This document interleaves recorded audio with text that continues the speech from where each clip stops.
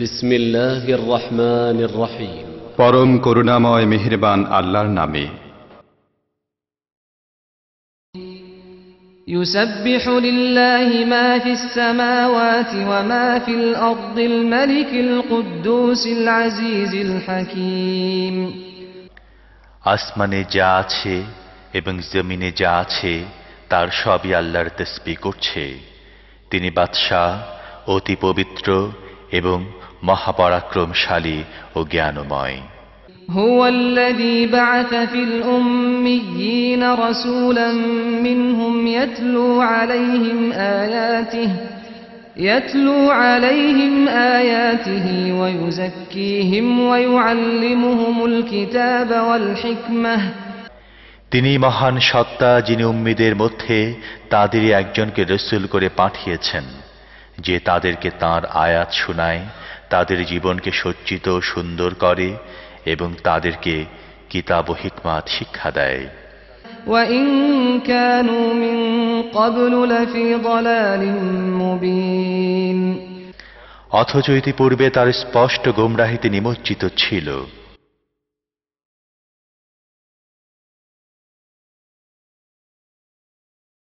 السلام عليكم ورحمة الله وبركاته. إن الحمد لله نحمده ونستعينه ونستغفره ونعوذ بالله من شرور أنفسنا ومن سيئات أعمالنا. من يهده الله فلا مضل له ومن يضلله فلا هادي له.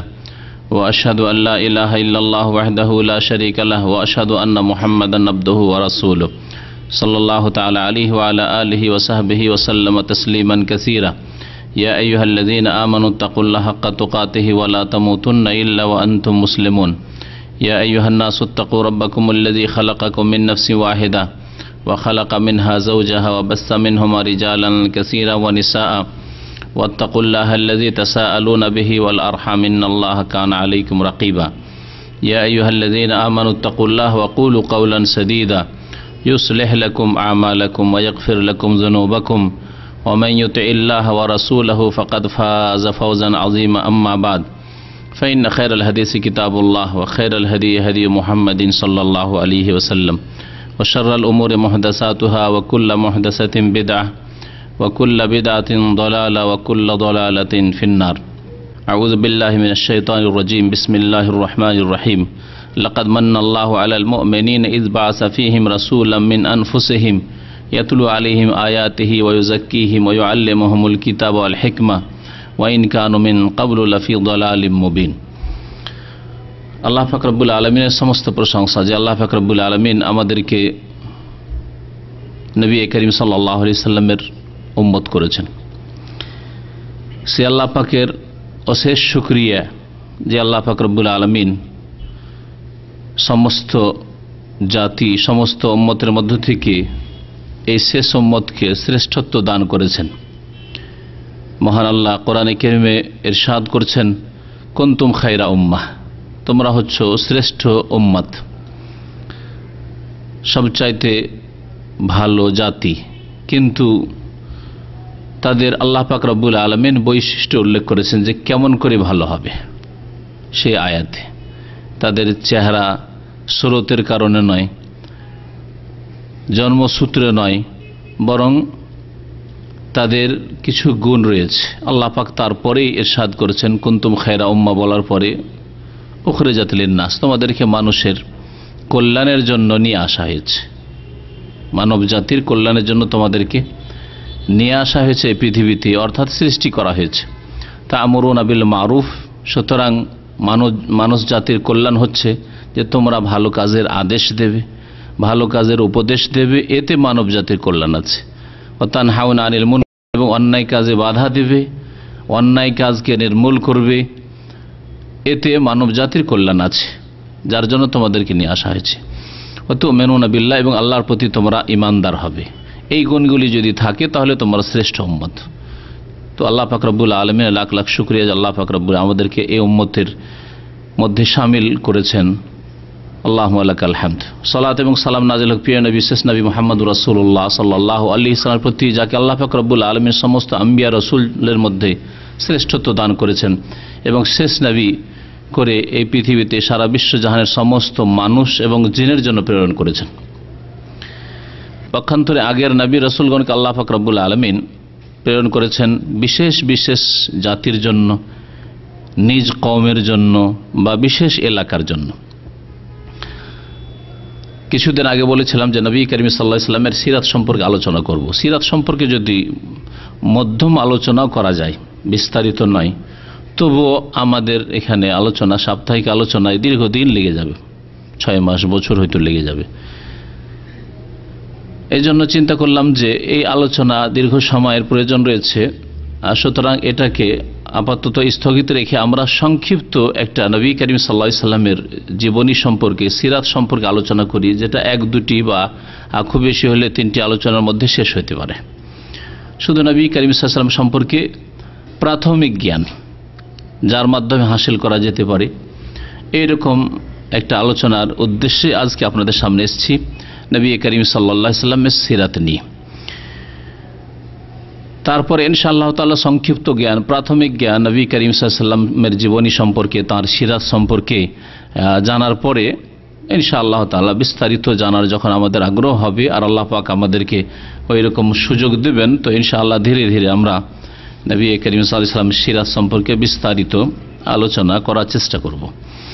আল্লাহ পাক রব্বুল আলামিন নবী করিম সাল্লাল্লাহু আলাইহি ওয়াসাল্লামকে কোরআনে কারীমে 4টি আয়াতে মুহাম্মদ বলে আখ্যায়িত করেছেন।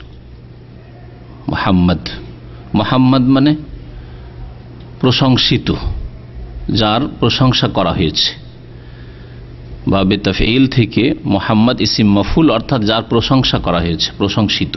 হাম্মাদা ইউহাম্মাদু তাহমিদ, এজন্য আলহামদুলিল্লাহ পাঠ করাকে তাহমিদ বলা হয়, যেমন সুবহানাল্লাহ পাঠ করাকে তাসবিহ বলা হয়,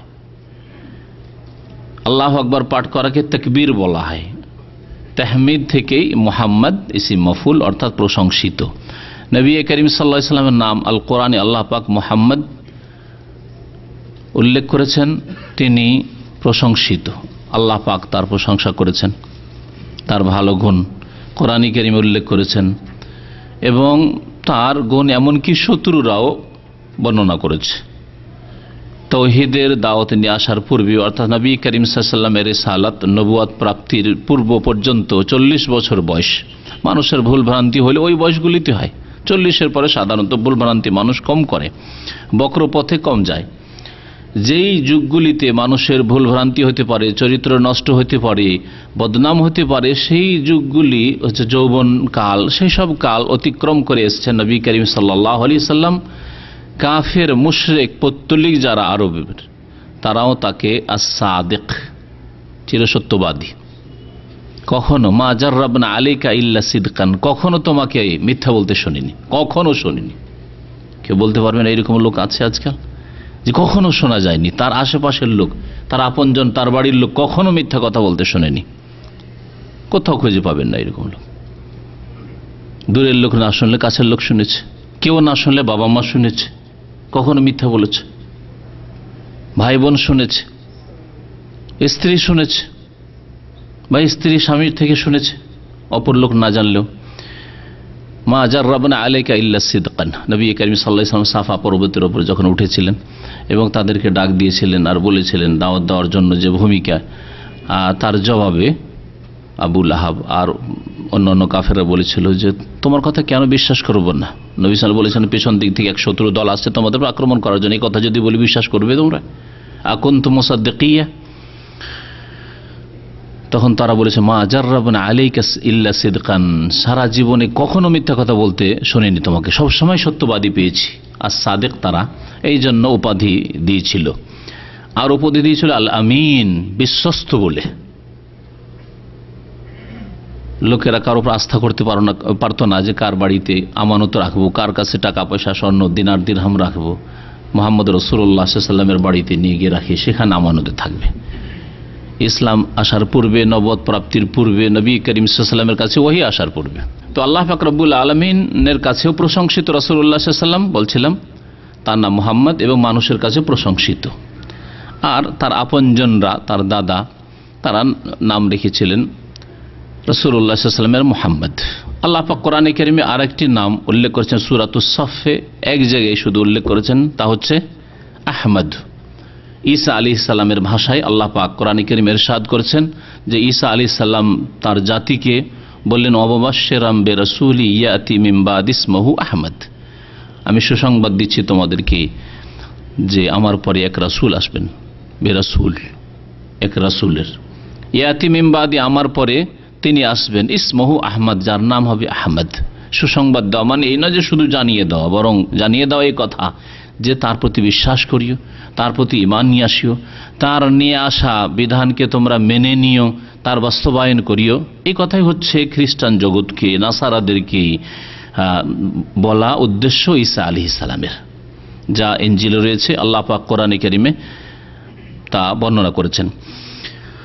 সিরাতুন নবী আলোচনার পূর্বে দু একটি আয়াত নবী করিম সাল্লাল্লাহু আলাইহি সাল্লাম সম্পর্কে পেশ করি, কারণ সিরাতুন নবী প্রথম কোরআনে কারীমে রয়েছে।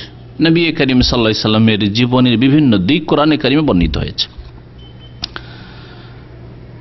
আল্লাহ পাক রব্বুল আলামিন তার আখলাক চরিত্রের প্রশংসা করতে গিয়ে ইরশাদ করেছে, ইন্নাকা লাআলা খুলুকিন আযীম, হে নবী নিঃসন্দেহে তুমি মহান চরিত্রের অধিকারী।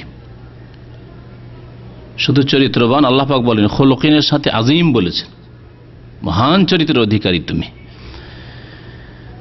আল্লাহ পাক রব্বুল আলামিন ইরশাদ করছেন যে নবী করিম সাল্লাল্লাহু আলাইহি সাল্লামকে নবী করে, রাসূল করে প্রেরণের মাধ্যমে মানব জাতির ওপর আল্লাহ পাকের কত বড় যে ইহসান আছে, কত বড় যে অনুগ্রহ আছে, তা মানুষ কল্পনা করতে পারে না। যার অনুভূতি যত সূক্ষ্ম তত বেশি অনুভব করবে যে আল্লাহ পাক কত বড় ইহসান করেছেন, অনুগ্রহ করেছেন নবী করিম সাল্লাল্লাহু আলাইহি সাল্লামকে বিশ্বজগতে রাসূল করে মানব জাতি, জিন জাতির জন্য প্রেরণ করে। আল্লাহ পাকের ইরশাদ করেছেন, লাকাদ মান্নাল্লাহু আলাল মুমিনিন। আল্লাহ পাক কোরআনে কারীমে কোথাও এই কথা বলেন যে তোমাকে খেতে দিয়েছি, এটি বড় ইহসান। আল্লাহ পাক রিজিক দান করেছেন, বর্ণনা করেছেন, কিন্তু বড় ইহসান করেছি তোমাকে খেতে দিচ্ছি, বড় ইহসান করেছি তোমাকে পানি দিচ্ছি, বড় ইহসান করেছি তোমাকে সুস্থ করেছি। বড় ইহসান, বড় অনুগ্রহ বলে বর্ণনা করেননি।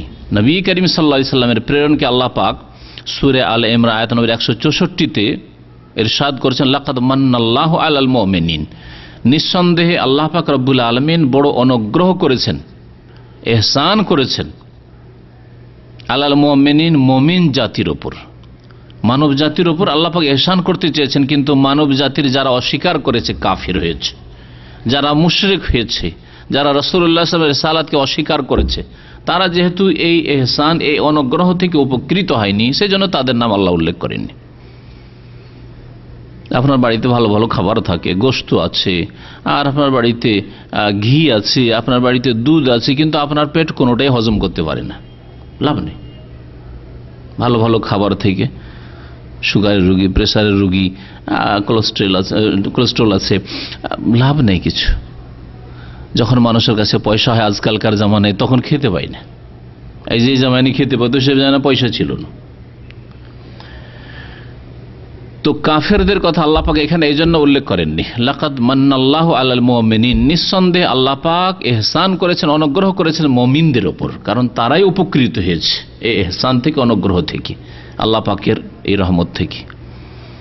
ইয বাআসা ফীহিম রাসূলাম মিন আনফুসিহিম, যে তাদের মাঝে একজন রাসূল প্রেরণ করেছেন তাদের মধ্য থেকে, মিন আনফুসিহিম, রাসূল প্রেরণ করেছেন তাদের মাঝে, তাদের মধ্য থেকে। তাহলে বোঝা যাচ্ছে যে মানব জাতির মধ্য থেকে আল্লাহ পাক রাসূল কে মনোনীত করেছেন। রাসূলুল্লাহ সাল্লাল্লাহু আলাইহি ওয়াসাল্লাম মানুষ ছিলেন, মিন আনফুসিহিম, এর চাইতে বেশি আর কি বলতে হবে। তারপরেও আল্লাহ পাক অন্য আয়াতে আরো আছে, কুল ইন্নামা আনা বাশারুম মিসলুকুম, আমি তোমাদের মতোই মানুষ। মানুষ হওয়ার ক্ষেত্রে, মাটি থেকে তৈরি হওয়ার ক্ষেত্রে, বাবা মায়ের মাধ্যমে দুনিয়াতে আসার ক্ষেত্রে, আদম সন্তান হওয়ার ক্ষেত্রে তোমাদের মতো মানুষ।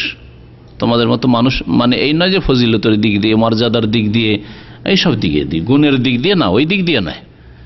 ইন্নামা আনা বাশারুম মিসলুকুম, তোমাদের মতোই, মানে তোমরা যেমন মাটি থেকে সৃষ্টি, তোমরা যেমন আদম সন্তান, তোমরা যেমন বাবা মায়ের মাধ্যমে দুনিয়া থেকে এসছো, ওই রকম আমিও মাটির,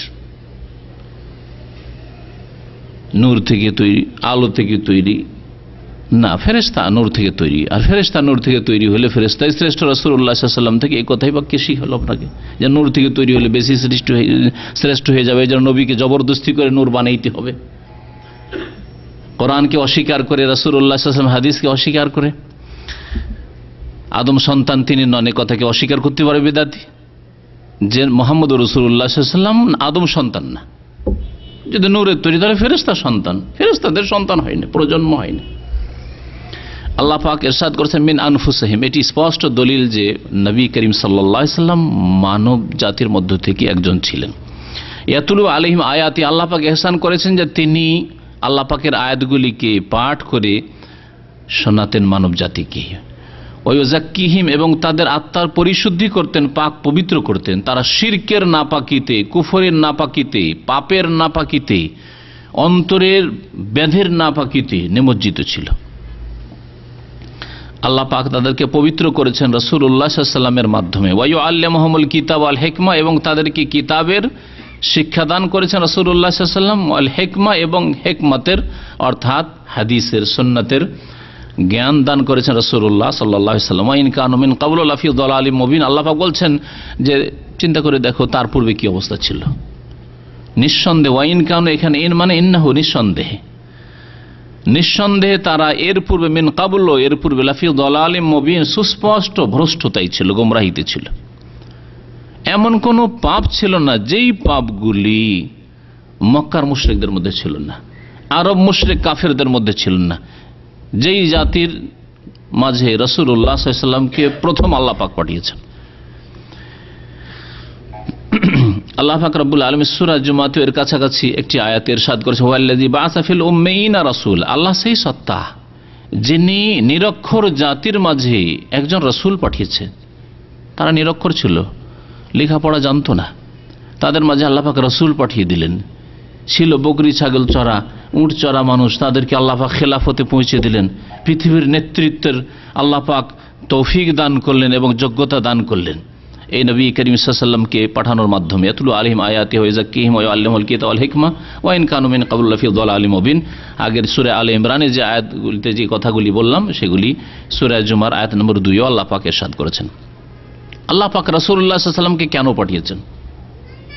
যে তার উম্মত হয়ে, তার প্রতি ঈমান নিয়ে এসে গোলামীর জীবন যাপন করব, নির্যাতিত কাফেররা আমাদের ভাগ্য নিয়ে খেলা করবে, এই জন্য? কখনো না। আর এই অবস্থা যদি আমাদের থাকে তো একমাত্র এই জন্য যে রাসূলুল্লাহ সাল্লাল্লাহু আলাইহি ওয়াসাল্লামের সিরাত থেকে, জীবন আদর্শ থেকে মুসলিম উম্মাহ অনেক দূরে সরে গেছে, সেই জন্য আল্লাহ পাকের এই আযাব। মহান আল্লাহ ইরশাদ করেছেন সূরা তাওবার আয়াত নম্বর 33-এ, হুয়াল্লাযী আরসালা রাসূলাহু বিল হুদা ওয়া দীনিল হক লিইয়ুযহিরাহু আলাদ দীনি কুল্লিহি ওয়ালাউ কারিহাল মুশরিকুন। এই আয়াত সূরা সাফের আয়াত নম্বর 9-এও আছে, দুই জায়গায় কোরআনে কারীমে আয়াত আছে। আল্লাহ সেই সত্তা, আরসালা রাসূলাহু বিল হুদা, যে আল্লাহ রাসূলকে প্রেরণ করেছেন হিদায়াত নিয়ে, সঠিক পথের দিক নির্দেশনা নিয়ে সঠিক পথ দেখিয়েছেন তিনি। ওয়া দীনিল হক, এবং সত্য দিন নিয়ে, সত্য জীবন বিধান নিয়ে, যার বাস্তবমুখী জীবন বিধান, যাতে ইহকাল পরকালের সার্বিক কল্যাণ রয়েছে এবং মানব জাতির যত রকমের সমস্যা আসতে পারে কিয়ামত পর্যন্ত যতদিন মানুষ থাকবে পৃথিবীর বুকে সমস্ত সমস্যার সমাধান রয়েছে। এমন কোনো ধর্ম নেই যাতে মানব জাতির বিভিন্ন জীবনের ক্ষেত্রে সমস্যার সমাধান আছে। কিছু ইবাদত বন্দেগীর কথা থাকলে পারিবারিক জীবনে কোনো দিক নির্দেশনা নেই, সামাজিক ক্ষেত্রে কোনো দিক নির্দেশনা নেই, অর্থনীতির ক্ষেত্রে হালাল হারাম বৈধ অবৈধের ক্ষেত্রে কোনো দিক নির্দেশনা নেই। আল্লাহ পাক রব্বুল আলামিন দ্বীনে হক, সত্য দিন, সত্য জীবন বিধান নিয়ে প্রেরণ করেছেন। কি জন্য? লিইয়ুযহিরাহু আলাদ দীনি কুল্লিহি, এই জন্যই আল্লাহ পাক রাসূলকে প্রেরণ করেছেন যাতে করে তাকে এবং তার দিনকে, তার দিনের অনুসারীদেরকে সমস্ত দিনের উপর, সমস্ত ধর্মের উপর, সমস্ত মতবাদের উপর, সমস্ত মতবাদে বাতিল মতবাদে বিশ্বাসীদের উপর আল্লাহ পাক জয়ী করে দেন। এই উদ্দেশ্যে আল্লাহ পাক শ্রেষ্ঠত্ব দান করার জন্য, জয়ী করে দেওয়ার জন্য, খেলাফতে পৌঁছে দেওয়ার জন্য। লিইয়ুযহিরাহু আলাদ দীনি কুল্লিহি, যে দিন জয়ী হয় তাহলে দিনের অনুসারীরা, দিন যারা বিশ্বাস করে, দিনের বাস্তবায়ন করে, তারা জয়ী হবে না? তারা সম্মানিত হবে না? অবশ্যই হবে। কিন্তু আল্লাহ পাকের দিন থেকে উম্মতে মুসলিমার অধিকাংশই সরে গেছে। আর জীবনের বিভিন্ন দিকের মধ্যে যদি কিছু আমাদের থাকে, তো ব্যক্তি জীবনে সামান্য কিছু লোকের মধ্যে দিন আছে, বাকি বিভিন্ন যে ক্ষেত্রগুলি রয়েছে সেসব ক্ষেত্র থেকে আমরা দিনকে বিতাড়িত করে দিয়েছি। কোরআনের প্রতি আমল অল্প কিছু লোক করলে মসজিদে নামাজ পড়া পর্যন্ত, ব্যক্তি জীবন পর্যন্ত, রাষ্ট্রনীতির ক্ষেত্রে না বিদায় করে দিয়েছি, বিতাড়িত করে দিয়েছি। আল্লাহর আযাব এসছে। যারা বিতাড়িত করেছে, আল্লাহ পাক তাদেরকে ক্ষমতা দেওয়ার পরেও বাস্তবায়ন করেনি, তাদের উপর আল্লাহর আযাব। আর যারা ওইসব বাতিলপন্থীদেরকে সমর্থন করেছে, যারা মানবরচিত বিধান দিয়ে ফয়সালা করে, তাদের উপর আল্লাহর আযাব এসছে। রাসূলুল্লাহ সাল্লাল্লাহু আলাইহি সাল্লামের আনুগত্য করলে ইহকাল পরকাল সব কালেই সার্বিক কল্যাণ রয়েছে। মহান আল্লাহ আখিরাত সম্পর্কে ইরশাদ করেছে সূরা নিসার আয়াত নম্বর 69, ওমাইয়ুতি ইল্লাহ ওয়ার রাসূল ফাউলাইকা মাআল্লাযিনা আনআমাল্লাহু আলাইহিম মিনান নাবিয়িনা ওয়াস সিদ্দিকিনা ওয়াশ শুহাদা ওয়াস সালিহিন ওয়া হাসানা উলাইকা রাফিকা। যারা আল্লাহ পাকের আনুগত্য করবে, রাসূলের আনুগত্য করবে, তার রাসূলুল্লাহ সাল্লাল্লাহু আলাইহি সাল্লামের সিরাত এই জন্যই পড়ব যে রাসূলুল্লাহ সাল্লাল্লাহু আলাইহি সাল্লামের আনুগত্য করতে হবে। তাহলে আমরা জানবো কি করে যে রাসূলুল্লাহ সাল্লাল্লাহু আলাইহি সাল্লামের আনুগত্য কোন ক্ষেত্রে করতে হবে, যতক্ষণ পর্যন্ত তার সম্পর্কে আমরা জ্ঞান হাসিল না করব।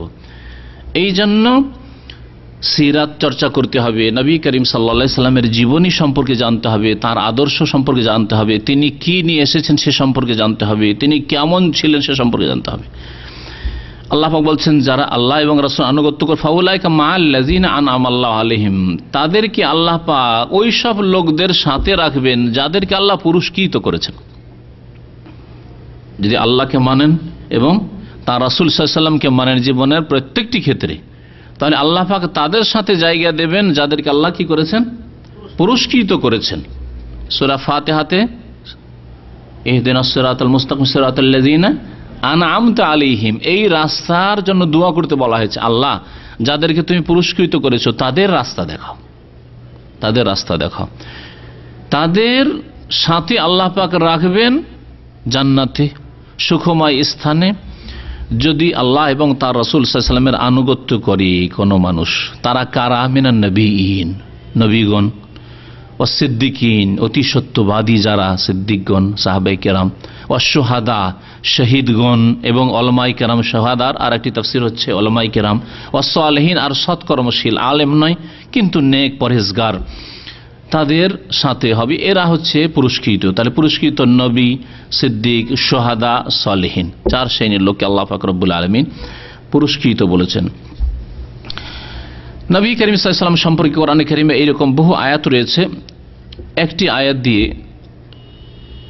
এখানে পেশ করে আয়াতের তরজমাটি, তারপরে নবী সাল্লাল্লাহু আলাইহি সাল্লামের সিরাতের গুরুত্ব সম্পর্কে কিছু কথা বলে, তারপরে নবী করিম সাল্লাল্লাহু আলাইহি সাল্লামের সিরাত জীবনী চর্চা করলে ফায়দা কি, গরজ কি, উদ্দেশ্য কি, কি উদ্দেশ্যে আমরা নবী সাল্লাল্লাহু আলাইহি সাল্লামের জীবনী পড়ব অথবা শুনব, এক কথায় জানব। আল্লাহ পাক রব্বুল আলামিন রাসূলুল্লাহ সাল্লাল্লাহু আলাইহি সাল্লামকে উত্তম আদর্শ বলে আখ্যায়িত করেছেন। সূরা আহজাবে আল্লাহ পাক রব্বুল ইরশাদ করেছেন, লাকাদ কানা লাকুম ফি রাসূলিল্লাহি উসওয়াতুন হাসানাহ, নিঃসন্দেহে তোমাদের জন্য রাসূলুল্লাহ সাল্লাল্লাহু আলাইহি সাল্লামের মধ্যে রয়েছে উসওয়াতুন হাসানা, উত্তম আদর্শ। শুধু আদর্শ বলেননি, আল্লাহ পাক কি বলছেন, তার সাথে হাসানা বলেছেন, উত্তম আদর্শ।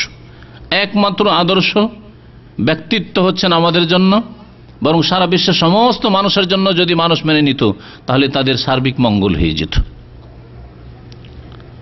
রাসূলুল্লাহ সাল্লাল্লাহু আলাইহি সাল্লামের মধ্যে রয়েছে সবচাইতে উত্তম আদর্শ, একমাত্র আদর্শ, যে আদর্শকে বাস্তবায়ন করলে দুনিয়া আখিরাতের কল্যাণ হাসিল হবে, জীবনের প্রতিটি ক্ষেত্রে কল্যাণ হাসিল করবে, শান্তি প্রতিষ্ঠা হবে। তিনি হচ্ছেন রাসূলুল্লাহ সাল্লাল্লাহু আলাইহি ওয়াসাল্লাম। লিমান কানা ইয়ারজুল্লাহ, তবে তাকে উত্তম আদর্শ হিসাবে কে গ্রহণ করবে? যে ব্যক্তি আল্লাহর সাথে সাক্ষাতে আশাবাদী, অর্থাৎ আল্লাহর প্রতি বিশ্বাস রাখে।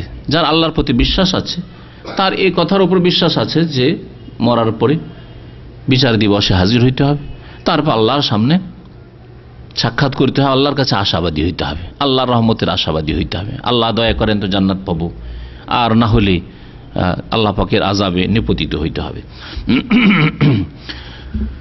লিমান কানা ইয়ারজুল্লাহ ওয়াল ইয়াউমাল আখির, এবং পরকালে যারা বিশ্বাসী, পরকালে বিশ্বাস করলে, আল্লাহতে বিশ্বাস করলেই মানুষ সৎকর্মশীল হইতে পারে এবং কর্মতৎপর হইতে পারে, মেহনতি হইতে পারে এবং সৎ জীবন যাপন করতে পারে, সংশোধন করতে পারে। অযাকার আল্লাহ কাসীরা, এবং আল্লাহ পাকে বেশি বেশি যারা স্মরণ করে।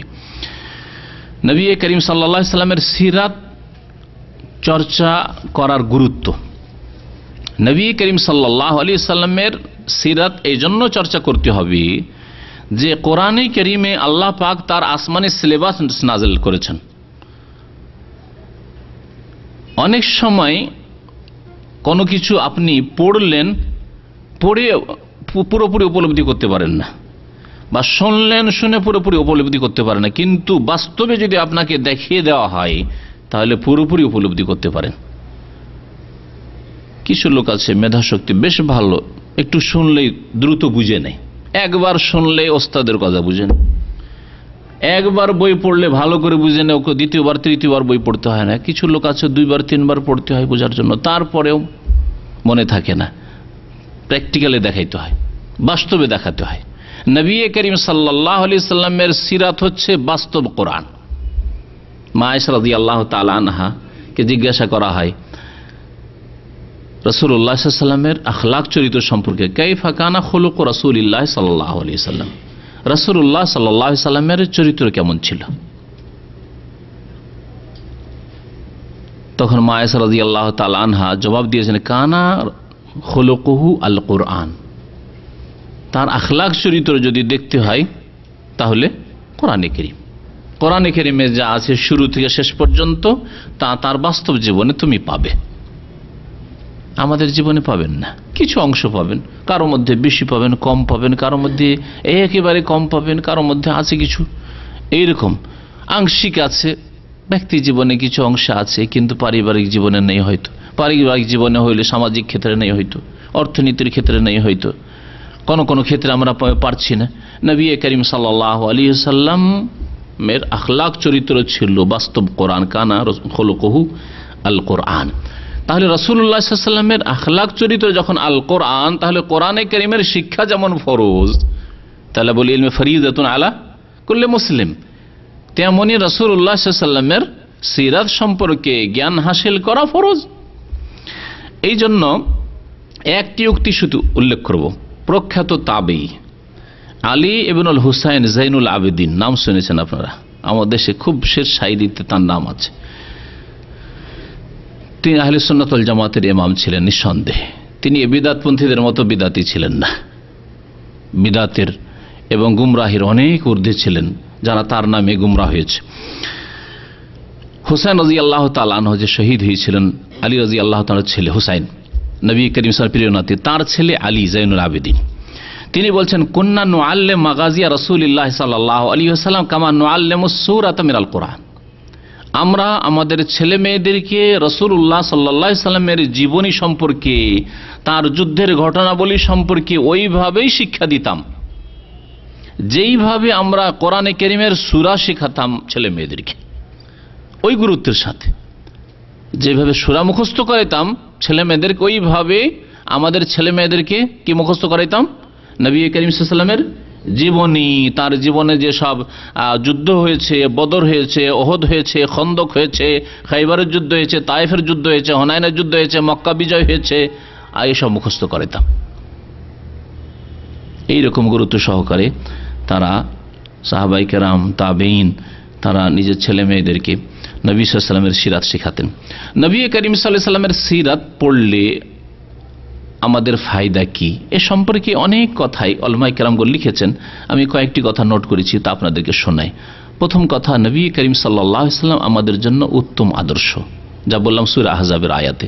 তাহলে উত্তম আদর্শ যখন রাসূলুল্লাহ সাল্লাল্লাহু আলাইহি সাল্লাম, তাহলে সেই আদর্শ সম্পর্কে জ্ঞান হাসিল করতে হবে, যাতে করে আমরা তাকে আদর্শ হিসাবে শুধু মুখে না নি, মন্ত্রের মতো। আজকাল যে কোনো মুসলিম যার সামান্য ঈমান আছে, ফরজও নেই ঠিকভাবে, সেও রাসূলুল্লাহ সাল্লাল্লাহু আলাইহি ওয়াসাল্লামকে মহব্বত করে, কিন্তু তার জীবনে রাসূলুল্লাহ সাল্লাল্লাহু আলাইহি ওয়াসাল্লামের আদর্শ খুঁজে পাওয়া যায় না, না ইবাদত খুঁজে পাওয়া যাচ্ছে, না আখলাক চরিত্র খুঁজে পাওয়া যাচ্ছে। রাসূলুল্লাহ সাল্লাল্লাহু আলাইহি ওয়াসাল্লামের জীবনী সম্পর্কে জানবেন, তাহলে তো বাস্তবে রাসূলুল্লাহ সাল্লাল্লাহু আলাইহি ওয়াসাল্লামকে উত্তম আদর্শ হিসাবে গ্রহণ করতে পারবেন। এবং বাস্তবায়িত করতে পারবেন যে সত্যি আমি রাসূলুল্লাহ সাল্লাল্লাহু আলাইহি ওয়াসাল্লামকে উত্তম আদর্শ হিসাবে গ্রহণ করেছি। নবী করিম সাল্লাল্লাহু আলাইহি ওয়াসাল্লাম এর জীবনী চর্চার মাধ্যমে, জীবনী সম্পর্কে জ্ঞান হাসিল করার মাধ্যমে ইবাদত বন্দেগী সম্পর্কে জানতে পারবো, আখলাক মুআমালাত আদান প্রদান সম্পর্কে জানতে পারবো, আদব শিষ্টাচার সম্পর্কে জানতে পারবো, বিভিন্ন বিষয় জানতে পারবো যা নবী করিম সাল্লাল্লাহু আলাইহি ওয়াসাল্লামের সিরাতে মওজুদ আছে। ইমাম ইবনুল কাইয়িম রাহমাতুল্লাহ আলাইহি তার একটি খুব প্রসিদ্ধ কিতাব আছে জাদুল মাআদ। কিতাবটির নাম হচ্ছে সংক্ষিপ্ত নাম হচ্ছে জাদুল মাআদ। এটা সাধারণ লোকেরা জানে, কিন্তু ওর একটু বড় নাম আছে এর চাইতে, জাদুল মাআদ ফি হাদিয়ে খাইরিল ইবাদ। এটা হচ্ছে পুরো নাম। জাদুল মাআদ মানে হচ্ছে পরকালের সম্বল, পরকালের সম্বল। ফি হাদিয়ে খাইরিল ইবাদ, খাইরিল ইবাদ মানে বান্দাদের মধ্যে যিনি সর্বশ্রেষ্ঠ। কে? বান্দাদের মধ্যে সবচেয়ে শ্রেষ্ঠ রাসূলুল্লাহ সাল্লাল্লাহু আলাইহি ওয়াসাল্লাম। ফি হাদিয়ে খাইরিল ইবাদ, বান্দাদের মধ্যে যিনি সবচেয়ে শ্রেষ্ঠ তার আদর্শ সম্পর্কে। হাদি মানে হচ্ছে, হাদিয়ুন মানে হচ্ছে আদর্শ, আর এক হাদি হচ্ছে কোরবানি, হাজিদের কোরবানি। ফি হাদিয়ে খাইরিল ইবাদ, এই জন্য নবী করিম সাল্লাল্লাহু আলাইহি ওয়াসাল্লামের প্রসিদ্ধ খুতবায় বলতেন, আম্মা বাদ ফাইন্না খায়রাল হাদিসে কিতাবুল্লাহ খায়রাল হাদিয়ে, খায়রাল হাদিয়ে হাদিয়ে মুহাম্মদ সাল্লাল্লাহু আলাইহি ওয়াসাল্লাম, উত্তম আদর্শ হচ্ছে মুহাম্মদ সাল্লাল্লাহু আলাইহি ওয়াসাল্লামের নিয়ে আসা আদর্শ।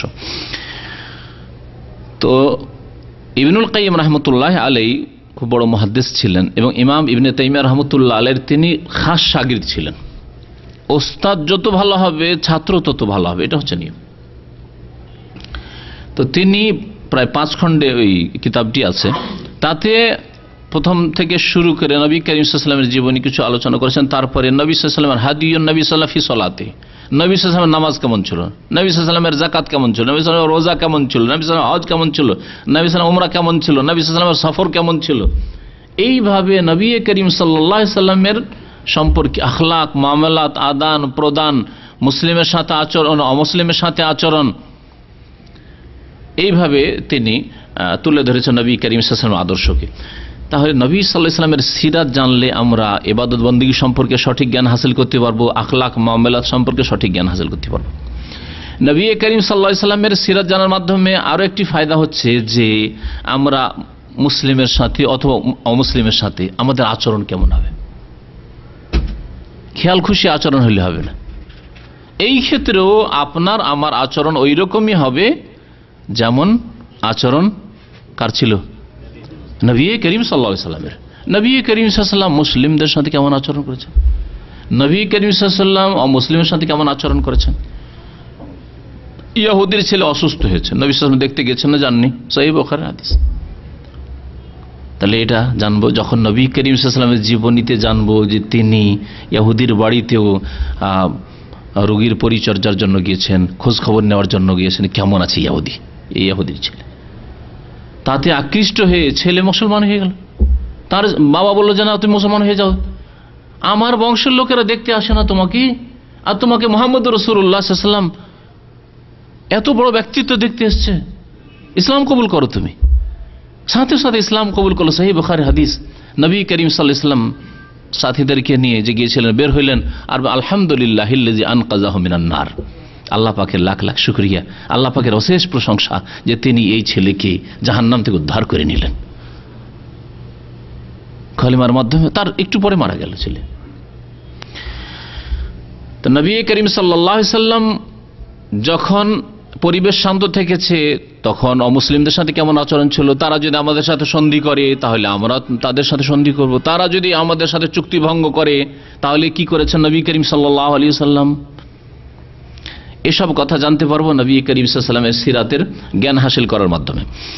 নবী করিম সাল্লাল্লাহু আলাইহি ওয়াসাল্লামের সিরাত জানলে আরেকটি গুরুত্বপূর্ণ ফায়দা, তা হচ্ছে যে আমরা আমাদের মধ্যে দুটো দিক আছে, কিছু দুর্বল দিক আছে আর কিছু সবল দিক আছে। মানে যে দিক আমরা ভালো, মোটামুটি আমরা পুরো করতে পারি, 5 ওয়াক্ত নামাজ পড়ছেন আপনার, এটা ঠিক ভালো দিক আছে, কিন্তু আপনার স্ত্রী পর্দা করেন না, এটা আপনার দুর্বল দিক আছে। এইরকম ভাবে আমাদের মধ্যে কিছু দুর্বল দিক আছে আর কিছু ভালো দিক আছে, সবল দিক আছে। যেমন আমরা ব্যক্তি জীবনে যারা দিনদার লোক পরহেজগার লোক। ব্যক্তি জীবনে আমরা ইসলাম অনেকটাই পালন করার চেষ্টা করছি, কিন্তু রাষ্ট্রনীতির ক্ষেত্রে আমরা পারছি না। তো আমাদের এই যে বর্তমান অবস্থা মুসলিম উম্মার, কেন আমাদের দুর্বলতা কোথায়, কেন এত দুর্গত অবস্থা, আমাদের এত নিচে কেন আমরা পৌঁছে গেলাম, এই গোলামীর জীবন কেন? এগুলি বুঝতে পারবেন কখন? যখন নবী করিম সাল্লাল্লাহু আলাইহি সাল্লামের সিরাতকে আপনি ভালো করে অধ্যয়ন করবেন, শুনবেন, মনোযোগ সহকারে শুনবেন যে দুর্বলতা আমার মধ্যে কোথায়। আর নবী করিম সাল্লাল্লাহু আলাইহি সাল্লাম, আবু বকর, ওমর, তাদের মধ্যে কি শক্তি ছিল যে 313 জন আর সেখানে 70 জনকে বন্দী করে নিয়ে আসছে। 1000-এর মধ্যে 70 জনকে বন্দী করে নিয়ে আসছে, আর 70 জনকে জাহান্নামে পৌঁছে আসছে। 313 জন মাত্র। আর আমাদের সংখ্যা বাল আনতুম কাসীরুম ওয়া কাসীর, আবু দাউদের হাদিস আছে। দেখো তোমাদের সংখ্যা অনেক বেশি হবে, অনেক বেশি হবে। ওয়ালাকিন্নাকুম গুসাউন কা গুসাইস সাইল, কিন্তু তোমরা হবে বন্যার ওপর যে ফেনা ভাসে অথবা খড়কুটা ভাসে বন্যার পানিতে, ওই রকম তোমাদের অবস্থা হবে। একটু ঢেউ লাগলে ধাক্কা খেয়ে ওই ফেনা চূর্ণ বিচ্ছিন্ন হয়ে যায়, নিশ্চিহ্ন হয়ে যায়, আর ওই খড়কুটোগুলো এদিক সেদিক হয়ে যায়। ওই রকম তোমাদের অবস্থা হবে। তোমাদের এই সংখ্যার আধিক্য কোনো কাজে আসবে না, কারণ নামে শুধু মুসলিম থাকবে, আকীদায় ভেজাল, সুন্নতের অনুসরণে ভেজাল, সুন্নতের জায়গায় বিদাতে দখল করেছে, তৌহিদের জায়গায় শিরকে দখল করেছে, ইবাদতের জায়গায় ইবাদতবিহীন, নামাজবিহীন মুসলিম অধিকাংশ। সামান্য কিছু থাকলো ওই ব্যক্তি জীবনে শুধু আছে, আর বাকি জীবনে যাদেরকে আল্লাহ তৌফিক দিয়েছেন, ক্ষমতা দিয়েছেন, ইচ্ছা করলে তারা ইসলামিক জীবন বিধান বাস্তবায়ন করতে পারবেন, তাদের কোনো সময় এই রকমের কোনো চিন্তাও নেই, মনেও নেই এই কথা যে আমরা কখনো বাস্তবায়ন করব, নিয়তেই নেই আসলে। তো আমরা আমাদের দুর্বলতা সম্পর্কে জানতে পারবো, আমাদের মধ্যে ত্রুটি কোথায়, কোনখানে ত্রুটি আছে, সেটা ত্রুটি সারাইতে হবে। আবু বকর, ওমর, ওসমান, আলী তারা ত্রুটি সারিয়েছেন, আল্লাহ তাদেরকে খেলাফত দান, নেতৃত্ব দান করেছেন, সম্মানিত করেছেন, শক্তিশালী করেছেন। আমাদের মধ্যে ত্রুটি কোন কোন দিকে ত্রুটি আছে, সে ত্রুটিগুলি, আমাদের রিজিক হারাম, তাহলে ত্রুটি সারাইতে হবে। আমাদের পরিবার ইসলামিক পরিবার নয়, তাহলে ইসলামিক পরিবার গঠন করতে হবে। আমাদের কোন কোন ক্ষেত্রে দুর্বলতা, কমজোরি আছে, সেই কমজোরিগুলি দূর করব কোরআন সুন্নাহর আলোকে, যদি নবী করিম সাল্লাল্লাহু আলাইহি ওয়াসাল্লামের সিরাতকে আমরা ভালোভাবে পড়াশোনা করি।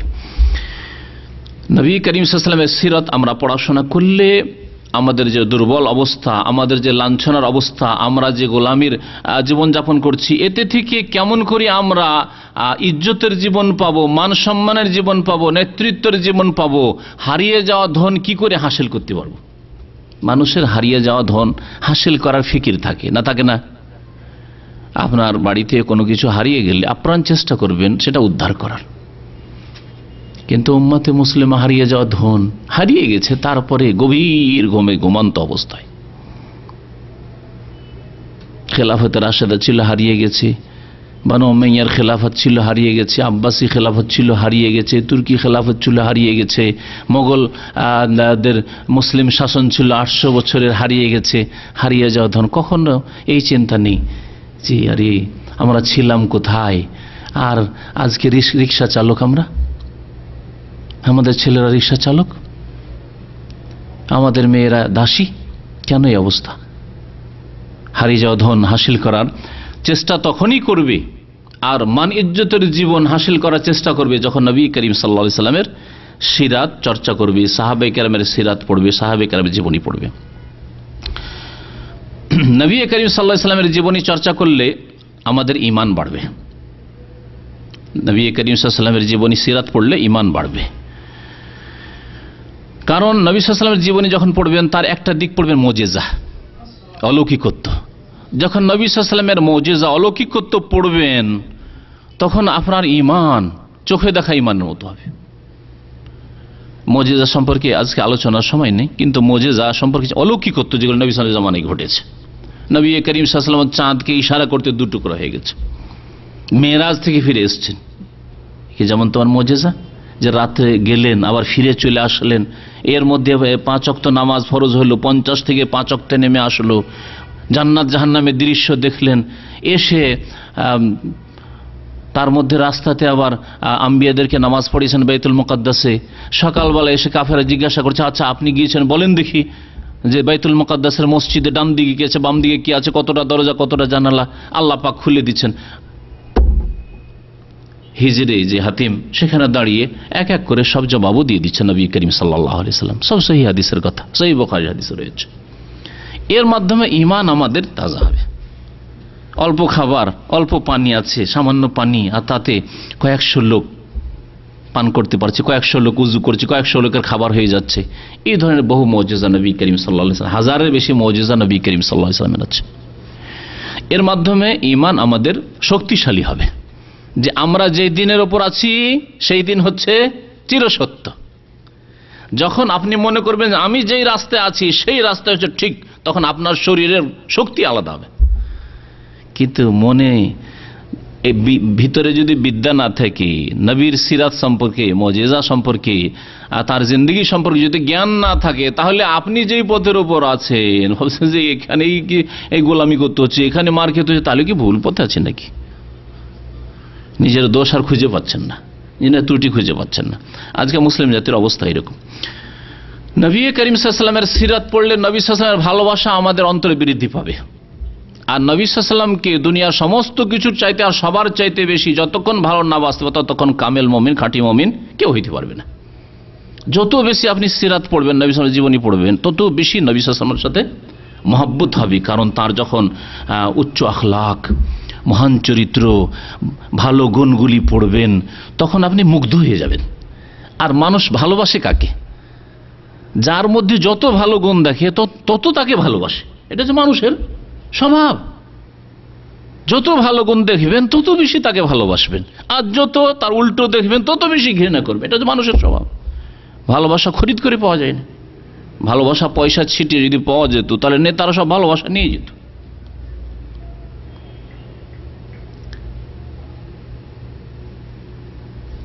মুহাদ্দিস ইমাম আব্দুল্লাহ বিন মুবারক এসেছেন বাগদাদে। তো হারুন রশিদ সেই জামানায় বাদশাহ, রাস্তায় হাজার হাজার লোক, ভিড়ে রাস্তায় জায়গা পাওয়া যায় না, হাজার হাজার লোক তার পিছনে ডানে বামে পিছনে লাইন ধরে আছে। বাদশাহ উপর থেকে দেখছে মহল থেকে যে যাচ্ছে কি, রাস্তায় আমি বেরোলি রাস্তা খালি হয়ে যায়, কোনো লোক পাওয়া যায় না। আরে এসছে কে? এ কোন রাজা এসছে? এ আবার কোথায় রাজা হলো? কে এর পেছনে? জিজ্ঞাসা করলো মন্ত্রীকে, আচ্ছা দেখো তো কি আছে, আপনি জানেন না যে প্রখ্যাত ইমাম আব্দুল্লাহ বিন মুবারক রহমতুল্লাহ আলাইহি তিনি এসেছেন বাগদাদে, তাই মানুষ রাস্তায় নেমে গেছে তার পিছনে, তার কাছ থেকে হাদিস হাসিল করার জন্য, ইলম শেখার জন্য, মাসলা জিজ্ঞাসা করার জন্য, তার কাছ থেকে সমস্যার সমাধান নেওয়ার জন্য। তখন জিজ্ঞাসা করছে মন্ত্রীকে, আচ্ছা আমরা রাস্তায় বেরোলে একটিও লোক পাওয়া যায় না, সব পালিয়ে যায়, কোথায় যায় এই লোকগুলো?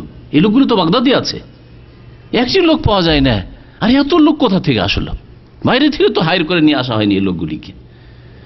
তখন সে মন্ত্রী বলছে যে দেখেন, আব্দুল্লাহ বিন মুবারক মানুষের অন্তরের উপর বাদশাহী করেন, অন্তরের বাইরে ইয়ামলাকু কুলুবান নাস, মানুষের অন্তরের উপর বাদশাহী করেন, আর আপনি মানুষের গর্দনের উপর চেপে বাদশাহী করছেন। সেই জন্য অর্থাৎ জবরদস্তি বাদশাহ, মানবেন না, মানতে হবে, আদেশ হয়েছে মানতে হবে, জুলম হইলেও মানতে হবে, আর অন্যায় হইলেও মানতে হবে, শোষণ হইলেও মানতে হবে, স্বজন প্রীতি হইলেও মানতে হবে, মানতে হবে। কিন্তু অন্তর জয় করেছেন আব্দুল্লাহ মুবারক। তাই তো নবী করিম সাল্লাল্লাহু আলাইহি সাল্লামের ভালোবাসা যত বেশি আপনি সিরাত পড়বেন তত বেশি বৃদ্ধি পাবে, তত বেশি ভালোবাসবেন নবী সাল্লাল্লাহু আলাইহি সাল্লামকে যত বেশি আপনি নবী করিম সাল্লাল্লাহু আলাইহি সাল্লামের সিরাত পড়বেন। এই হচ্ছে সিরাত পড়ার ফায়দা।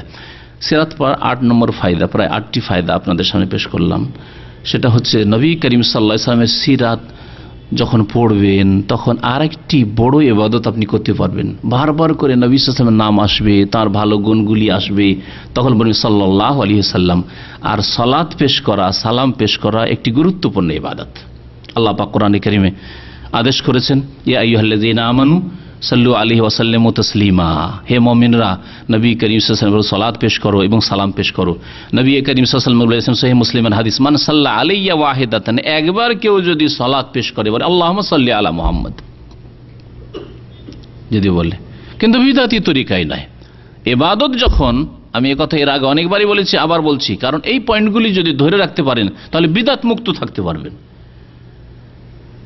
দুরুদ পাঠ করা ইবাদত, যখন ইবাদত, তাহলে ইবাদতের তরিকা কার কাছ থেকে নিতে হবে? নিজের খেয়াল খুশি নবী করিম সাল্লাল্লাহু আলাইহি ওয়াসাল্লামের কাছ থেকে নিতে হবে, কারণ তিনি আল্লাহর কাছ থেকে নিয়ে এসেছেন। যেমন নামাজ আপনার খেয়াল মোতাবেক পড়বেন না, যেইভাবে নবী সাল্লাল্লাহু আলাইহি ওয়াসাল্লাম নামাজ পড়েছেন, যেইভাবে নবী করিম সাল্লাল্লাহু আলাইহি ওয়াসাল্লাম সালাত সম্পাদন করেছেন, নামাজ পড়েছেন, সেইভাবে নামাজ পড়বেন, ওইভাবে রোজা রাখবেন, ওইভাবে হজ করবেন, ওইভাবে যাকাত দেবেন। ঠিকই তেমনি দরুদ পাঠ করবেন ওইভাবে যেইভাবে নবী করিম সাল্লাল্লাহু আলাইহি ওয়াসাল্লাম সাহাবায়ে কেরামগণ সালাত সালাম পেশ করেছেন, নবী করিম সাল্লাল্লাহু আলাইহি ওয়াসাল্লাম তাদেরকে শিখিয়েছেন, ওইভাবে আপনাকে করতে হবে। সম্মিলিত দুরুদ নেই, যে বিদাতি দুরুদ আমাদের সমাজে আছে। আর দুরুদের নামে বানানো দুরুদ, দুরুদে তাজ, দুরুদে মাহি, আর কত রকমের যে দুরুদ ওজিফার কিতাবগুলিতে আছে, এগুলি সব বিদাতি দুরুদ, এবং এগুলিতে অনেকগুলি দুরুদে শিরকি কথা বা ওসিলার কথা রয়েছে। সুতরাং এই ওজিফার কিতাবের দুরুদে বিদাতি দুরুদ পড়বে, দুরুদে ইব্রাহিমী পড়বেন যা নবী সাল্লাল্লাহু আলাইহি ওয়াসাল্লাম শিখিয়েছেন। আর না হইলে নবী সাল্লাল্লাহু আলাইহি ওয়াসাল্লাম যখন নাম আসবে ছোট্ট দুরুদ সালাফে সালেহিন থেকে চলে আসে, সাহাবায়ে কেরাম তাবেঈনদের জামানা থেকে চলে আসে, মুহাদ্দিসিন প্রত্যেকটি হাদিসের যখনই কালা রাসূলুল্লাহ এসেছে তখন লিখেছেন সাল্লাল্লাহু, শুধু মুখে উচ্চারণ করেননি, সাল্লাল্লাহু আলাইহি ওয়াসাল্লাম, কালা রাসূলুল্লাহ সাল্লাল্লাহু আলাইহি ওয়াসাল্লাম। এই ছিল সিরাতের ফায়দা। সিরাত চর্চা করা, সিরাত সম্পর্কে জ্ঞান হাসিল করা, সে পড়েই সিরাত আপনি হাসিল করেন অথবা শুনে হাসিল করেন নবী সাল্লাল্লাহু আলাইহি ওয়াসাল্লামের সিরাত সম্পর্কে জ্ঞান, এর ফায়দা। সিরাতুন নবী আলোচনা করতে গিয়ে আমরা নবী করিম সাল্লাল্লাহু আলাইহি ওয়াসাল্লামের মোবারক জীবনকে তিন ভাগে ভাগ করতে পারি। একটি হচ্ছে নবী করিম সাল্লাল্লাহু আলাইহি ওয়াসাল্লামের জন্ম থেকে শুরু করে নবুয়ত প্রাপ্তি পর্যন্ত। কত বছর বয়স পর্যন্ত? তাহলে 40 বছর বয়স পর্যন্ত এই একটা জীবন নবী করিম সাল্লাল্লাহু আলাইহি ওয়াসাল্লামের। দ্বিতীয় ভাগ বা দ্বিতীয় স্তর হচ্ছে নবী সাল্লাল্লাহু আলাইহি ওয়াসাল্লামের নবুয়ত প্রাপ্তি থেকে শুরু করে হিজরত পর্যন্ত। কত বছরের জীবন? 13 বছরের জীবন।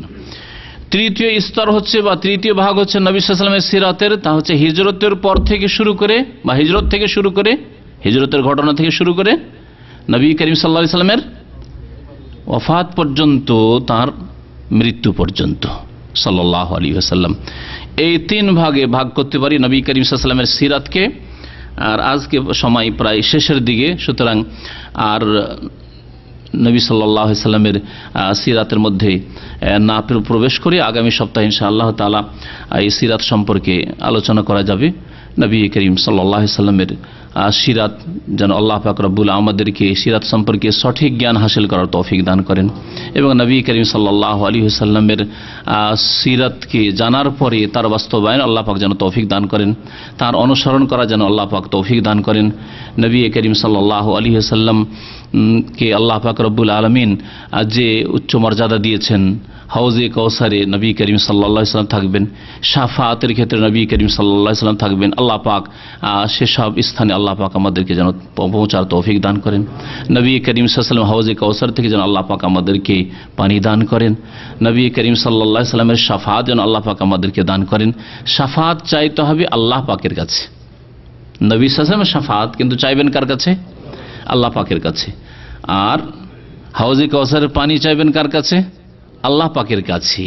বিদাতিরা এখানে গিয়ে শিরক করে ফেলে, অনেকে নবী সাল্লাল্লাহু আলাইহি ওয়াসাল্লামের কাছে শাফাআত চায়, অথচ নবী করিম সাল্লাল্লাহু আলাইহি ওয়াসাল্লাম শাফাআতের মালিক নন। শাফাআত তিনি করবেন, কিন্তু আল্লাহ পাকের মান যাল্লাযী ইয়াশফাউ ইনদাহু ইল্লা বিইজনিহি, আল্লাহর অনুমতি ছাড়া কে শাফাআত করতে পারে? তারপর নবী করিম সাল্লাল্লাহু আলাইহি ওয়াসাল্লাম ইন্তেকাল করেছেন, চাইবেন, তাহলে বড় শিরক হবে।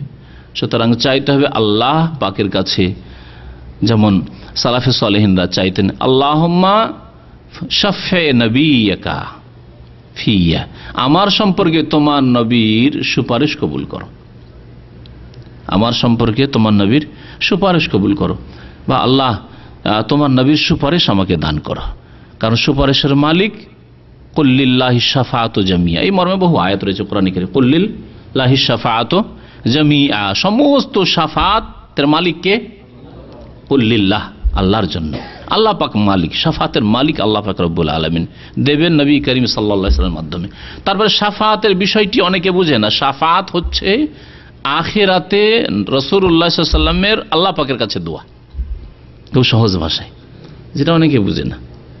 শাফাত মানে এই নয় যে নবী সাল্লাল্লাহু আলাইহি ওয়াসাল্লামের ক্ষমতাতে আছে আর উঠিয়ে দিয়ে দেবে, এই নয়।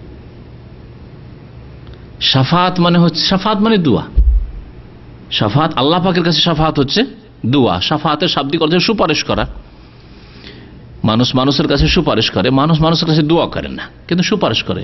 এই কাজটা করে দেন আল্লাহ পাক রব্বুল আলামিনকে। নবী করিম সাল্লাল্লাহু আলাইহি সাল্লাম বলেন, আল্লাহ তুমি তোমার এই বান্দাকে, আমার এই উম্মতের এই লোকটিকে তুমি জান্নাত দাও বা জাহান্নাম থেকে তুমি নাজাত দাও। তাহলে আল্লাহ পাকের কাছে দোয়া হইল না? এই জন্য বললাম আখিরাতে নবী করিম সাল্লাল্লাহু আলাইহি সাল্লামের দোয়াই হচ্ছে শাফাত। নবী করিম সাল্লাল্লাহু আলাইহি ওয়াসাল্লাম বলেছেন যে প্রত্যেক উম্মতের নবীদেরকে আল্লাহ পাক দোয়া দিয়েছিলেন যে তোমরা দোয়া করো, তোমরা যা দোয়া করবে দোয়া কবুল হবে। দোয়ার আল্লাহ পাক ইখতিয়ার দিয়েছিলেন আর তারা দোয়া করেছিলেন। আর আমি সেই দোয়াকে স্থগিত রেখেছি শাফাআতান লি উম্মতি, আমার উম্মতের জন্য আখিরাতে শাফাআত করার জন্য, সুপারিশ করার জন্য। দুনিয়াতে ওই দোয়া না করে দুনিয়াতে আমার জন্য, আমার উম্মতের জন্য চেয়ে নিলাম, দিয়ে এখানেই শেষ করে দিলাম না, এটাকে রাখি আখিরাতের জন্য। এটা বড় জ্ঞানী মানুষের পরিচয়। যে জ্ঞানের পরিচয় আমরা কিন্তু টাকা পয়সার ক্ষেত্রে ভালোই দিচ্ছি। প্রবাসী জীবনে যা বেতন পায় 150-200 খেয়ে দিয়ে বাকি টাকাটা দেশে পাঠায়, তাই না? করছেন না? এই বুদ্ধির পরিচয় ভালোই দিচ্ছি আমরা, এই ক্ষেত্রে বলতে হয় না আমাদেরকে। কিন্তু আখিরাতের ক্ষেত্রে, হ্যাঁ, আখিরাতের ক্ষেত্রে নাই। আখিরাতের ক্ষেত্রে, আমলের ক্ষেত্রে আমরা কর্মতৎপর নয়, মেহনতি নই। নবী করিম সাল্লাল্লাহু আলাইহি সাল্লামের সিরাত সম্পর্কে আজকে যেহেতু সময় বেশি নেই, আর আলোচনা শুরু না করে এখানে শেষ করছি। যদি আপনাদের কোনো প্রশ্ন থাকে তাহলে সে প্রশ্নের উত্তর দেব। আর বাকি ইনশাআল্লাহ আগামী সপ্তাহে নবী সাল্লাল্লাহু আলাইহি ওয়াসাল্লামের সিরাত সম্পর্কে শুরু থেকে, তার জন্ম থেকে শুরু করে শেষ পর্যন্ত যতদূর আলোচনা, খুব সংক্ষেপে, যারা পরে এসেছেন তাদেরকে বলছি, খুব সংক্ষেপে আমরা 1-2টি আলোচনার মধ্যেই নবী সাল্লাল্লাহু আলাইহি ওয়াসাল্লামের সিরাত সম্পর্কে বিশেষ বিশেষ কিছু কথা পেশ করার চেষ্টা করব। আল্লাহ পাক যেন আমাদেরকে হক কথা বলার তৌফিক দান করেন। নবী সাল্লাল্লাহু আলাইহি ওয়াসাল্লামের সিরাতের ক্ষেত্রে অনেক ভেজাল ঢুকে গেছে, সেই দিকটা যদি আলোচনা করা যায় তো দীর্ঘ আলোচনার প্রয়োজন আছে। শুধু নেতিবাচক আলোচনা যে এগুলো নবী সিরাত নয়, ভণ্ড আমাদের দেশের বিদাতি বক্তারা যেসব আলোচনা করে নবী সাল্লাল্লাহু আলাইহি ওয়াসাল্লাম, তার মধ্যে একটা বলেছে নবী নূরের পয়দা। নবী নূরের পয়দা না, নবী সাল্লাল্লাহু আলাইহি ওয়াসাল্লাম মাটির পয়দা। বাপ মা থেকে হয়েছেন, বাবার নাম আব্দুল্লাহ, মায়ের নাম আমেনা, সুতরাং তিনি আদম সন্তান। এছাড়াও আশ্চর্য আশ্চর্য কথা আমাদের দেশের ভণ্ড বিদাতপন্থীরা, কবর পূজারীরা বলে থাকে। নবী করিম সাল্লাল্লাহু আলাইহি ওয়াসাল্লামের জন্ম সম্পর্কে আজব কথা বলে থাকে। নবী সাল্লাল্লাহু আলাইহি ওয়াসাল্লামের জন্ম হয় তখন আসিয়া আর কে, মারিয়াম চলে এসছে খেদমত করার জন্য আমেনার। এসব ভণ্ডামির শেষ নাই। এরকম বহু ভণ্ডামি রয়েছে নবী করিম সাল্লাল্লাহু আলাইহি ওয়াসাল্লাম সম্পর্কে। নবী করিম সাল্লাল্লাহু আলাইহি ওয়াসাল্লামকে বাড়াইতে বাড়াইতে যে আশঙ্কা করেছিলেন রাসূলুল্লাহ সাল্লাল্লাহু আলাইহি ওয়াসাল্লাম, তা করেই ফেলেছে। লা তুতরুনি, আমার সম্পর্কে বাড়াবাড়ি অতিরঞ্জন করিও না। কামা আতরাতিন নাসা ঈসা ইবনে মারইয়াম, যেমন খ্রিস্টানরা মারিয়াম পুত্র ঈসা আলাইহিস সালাম সম্পর্কে বাড়াবাড়ি করে আল্লাহর পুত্র বানিয়ে দিয়েছিল, ইবনুল্লাহ বানিয়ে দিয়েছে। মারিয়াম পুত্রকে আল্লাহর পুত্র বানিয়ে দিয়েছে। ইন্নামা আনা আবদুন, আমি বান্দা, সুতরাং বলিও মুহাম্মদকে ফাকুলু আব্দুল্লাহ ওয়া রাসূলুহু, আল্লাহর বান্দা, আল্লাহর বান্দা, আল্লাহর মুখাপেক্ষী, ওয়া রাসূলুহু, এবং তার রাসূল। কিন্তু বিদাতপন্থীরা এখানেও খ্রিস্টানদের অন্ধ অনুকরণ করেছে। খ্রিস্টানরা ঈসা আব্দুল্লাহ, ঈসা কে? ঈসা আলাইহিস সালাম আব্দুল্লাহ, আল্লাহর বান্দা। ওরা আব্দুল্লাহকে করলো ইবনুল্লাহ, স্লেভ অফ গড, মানে আল্লাহর বান্দা, তাই না? আল্লাহর বান্দাকে করে দিল সান অফ গড। আর এরা কি করলো? আব্দুল্লাহকে এরা করে দিল নুরুল্লাহ। কবর পূজারী আব্দুল্লাহ কি করে দিল? নুরুল্লাহ। এতেও খ্রিস্টানদের সাদৃশ্যতা আছে। নবী সাল্লাল্লাহু আলাইহি ওয়াসাল্লাম মান তাশাব্বাহা বিকওমিন ফাহুয়া মিনহুম। আকীদার ক্ষেত্রে হোক, আর ইবাদতের ক্ষেত্রে হোক, আর আখলাক চরিত্রের ক্ষেত্রে হোক, যেই ব্যক্তি যেই জাতি অন্য কোনো বিজাতির কাফেরের সাদৃশ্যতা অবলম্বন করে তাদের দলে শামিল হবে। আল্লাহ পাক যেন আমাদেরকে হিদায়াত দান করেন। ইহদিনাস সিরাতাল মুস্তাকিম সিরাতাল লাযিনা আনআমতা আলাইহিম গায়রিল মাগদুবি আলাইহিম ওয়ালাদ-দাল্লিন। সুবহান রাব্বিকা রাব্বিল ইজ্জাতি আম্মা ইয়াসিফুন ওয়া সালামুন আলাল মুরসালিন ওয়ালহামদুলিল্লাহি রাব্বিল আলামিন। আমাদের এই ভাইয়ের প্রশ্ন যে অমুসলিমদের ছেলে মেয়েরা নাবালক অবস্থায় যদি মারা যায় তো তারা জান্নাতে যাবে না জাহান্নামে যাবে? এই ক্ষেত্রে ইখতিলাফ আছে উলামায়ে কেরামদের, বড় ইখতিলাফ আছে। মুসলিম শিশুদের সম্পর্কে তেমন ইখতিলাফ নেই, বাস সঠিক হচ্ছে যে জান্নাতে যাবে, এতে তেমন ইখতিলাফ নেই। কিন্তু অমুসলিমদের ছেলে মেয়েদের সম্পর্কে নাবালক অবস্থায় মারা গেলে ইখতিলাফ আছে এবং খুব মজবুত ইখতিলাফ আছে। তার মধ্যে একটি দল বলছে যে না, তারা জাহান্নামে যাবে, তা বানলে আবাই বাবারা জাহান্নামে যাবে, ওদের সাথে জাহান্নামে যাবে। আরেক দল কি হাদিসে দিছে সাদৃশ্যতা, হ্যাঁ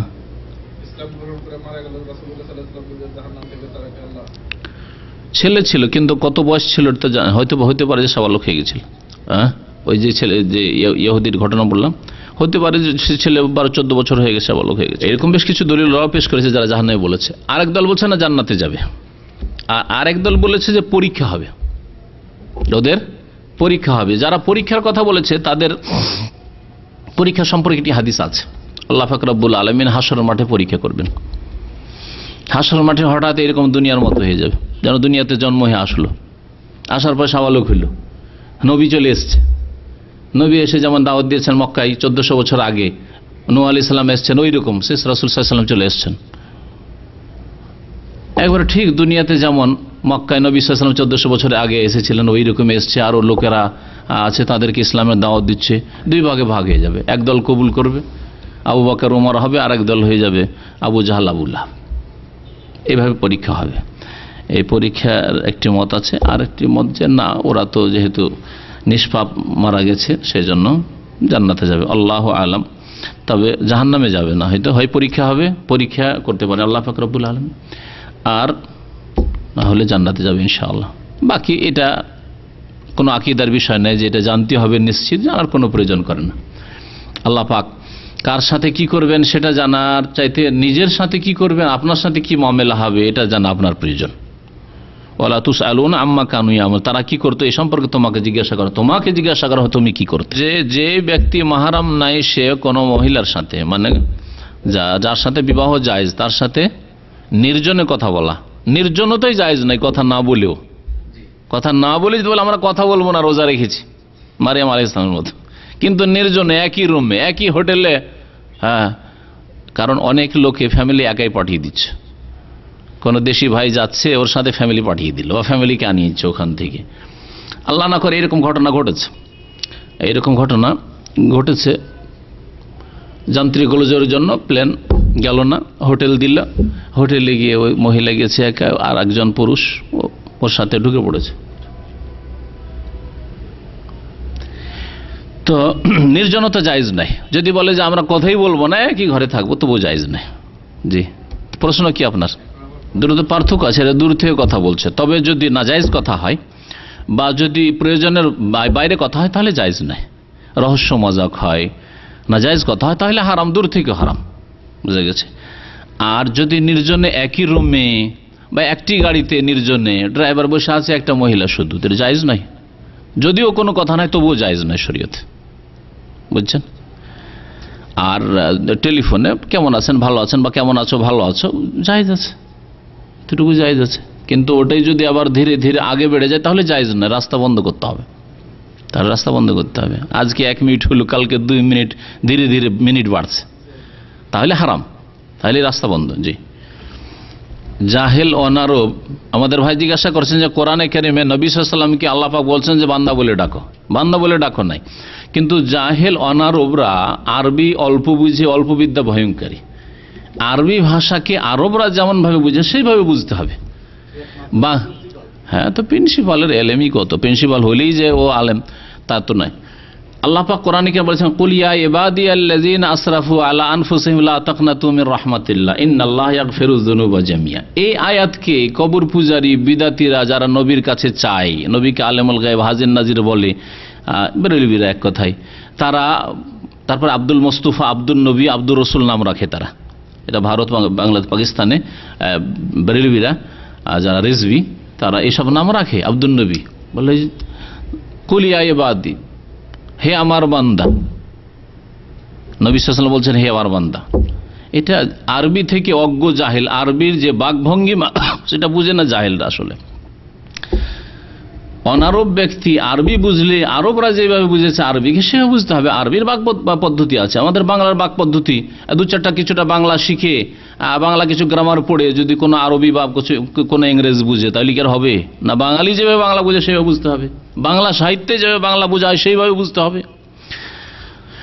তো এখানে আল্লাহ পাক বলেছেন কুল, হে নবী বলে দাও যে আল্লাহ পাক বলছেন। হে নবী বলে দাও, আল্লাহ পাক কোরআনে কারীমে অনেক জায়গাতে এরকম উজ্জ্ব আছে। ইয়া ইবাদিয়াল্লাযিন, আল্লাহ পাক কি বলছেন? ইয়া ইবাদিয়াল্লাযিনা আসরাফু আলা আনফুসিহিম। আল্লাহর কথা নকল বলে দাও, মানে তুমি আল্লাহর কথা নকল করে দাও। হে আমার বান্দার, আল্লাহ পাক বলছেন আল্লাযিনা আসরাফু আলা আনফুসিহিম, যারা নিজের উপর বাড়াবাড়ি করেছো, জুলুম অত্যাচার করেছো, গুনাহ পাপ করি, লা তাকনাতু মির রাহমাতিল্লাহ। এখনো সংশোধনের সময় আছে, যখন আত্মা আছে। আল্লাহর রহমত থেকে নিরাশ হয়ে যেও না। ইন্নাল্লাহা ইয়াগফিরুয যুনুবা জামিয়া, আল্লাহ সব গুনাহ মাফ করতে পারেন, কিন্তু তার কাছে ক্ষমা নিতে হবে তওবা করে, ইস্তেগফার করে। কিন্তু তওবা দরজা বন্ধ হওয়ার পরে যদি মনে করেন যে আল্লাহ ইয়াগফিরুয যুনুবা জামিয়া, তাহলে ভুল কথা। আল্লাহ পাক সব গুনাহ মাফ করবেন কখন? যদি আপনি তওবার সুযোগকে কাজে লাগান, তওবা ইস্তেগফার করেন, সংশোধন করেন, এবং তওবার যে শর্তগুলি রয়েছে। তওবার শর্ত কেউ বলতে পারেন? তওবার শর্ত কি? তওবা কোনো মন্ত্র নয় যে আস্তাগফিরুল্লাহ পড়ে নিলে হয়ে গেল। তওবার শর্ত কি? হ্যাঁ, প্রথম কথা, কয়টি শর্ত তওবার? আল্লাহর হকের ক্ষেত্রে 3টি, মানুষের হকের ক্ষেত্রে এই 3-এর সাথে আর একটি আছে, 4টি শর্ত। প্রথম শর্ত হচ্ছে গুনাহ বন্ধ করতে হবে।